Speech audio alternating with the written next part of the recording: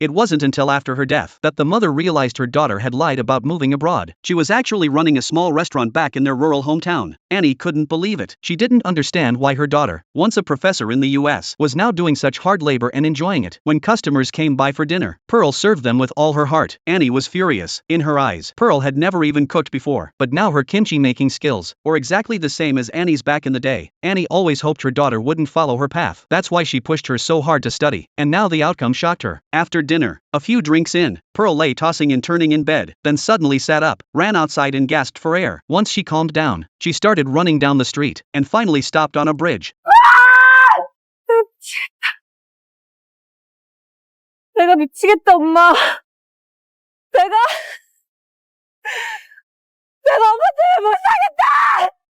Annie followed behind, confused. The next day, she went with Pearl to the hospital. That's when she learned Pearl had depression. Every night, she thought about her mom. Annie couldn't raise Pearl on her own, so to give her a better life, she sent her to live with her brother's family, and only visited once a month. Pearl, being a thoughtful child, never complained. She obeyed her mother's decision, but it became a lifelong regret for Annie. Annie sat silently in the back seat, as Pearl went to the station to pick up a friend. On the way home, they were suddenly stopped by a group of angry villagers. They held signs demanding Pearl leave the village. She had gotten used to it, because she refused to move out of the family home. Developers couldn't build their golf course. Auntie from next door couldn't stand their bullying, so she stepped up and helped clear the trouble. Back home, she sat on the bench and told Annie Pearl's cooking was even better than hers now. With her friend visiting, Pearl finally smiled again. Her friend said staying in the countryside alone was too lonely, but to Pearl, it was a form of punishment, because when she got the news her mother had passed in the US, she missed her flight, and the delay meant her mother's body stayed in the freezer 2 extra days. That made Annie furious. She knew it wasn't Pearl's fault. Pearl planned to make dumplings for her friend, to recreate the taste her mom used to make. She had eaten over 100 dumplings trying, even threw up, but still couldn't get it right. Suddenly, she remembered something Auntie had said, so Pearl stayed up late, and finally, copying her mom's exact moves, she made dumplings that tasted just like hers. Her friend took a bite, and said it was too plain. Pearl explained she couldn't eat spicy food as a kid, so her mom made this special mild filling just for her. Hearing this, Annie sat quietly outside, feeling crushed. Then a man showed up uninvited. Pearl came out, and saw it was her ex. Turned out her friend had told him where she was. Pearl invited him in, and told him to get married already, because she still couldn't move on from the fact that her mom wasn't there on her wedding day. When she realized he didn't come to honor her mother, she asked him to leave. That made Annie feel even more guilty. Even in death, she was still holding her daughter back. In anger, Annie kicked a rock, then suddenly realized she could touch things. She ran to Pearl, desperate to be seen, but no matter what, her daughter couldn't see her, and Annie was left heartbroken. The next day, the Grim Reaper showed up, because Annie broke the rules by touching objects. Her 3-day leave had to be cut short.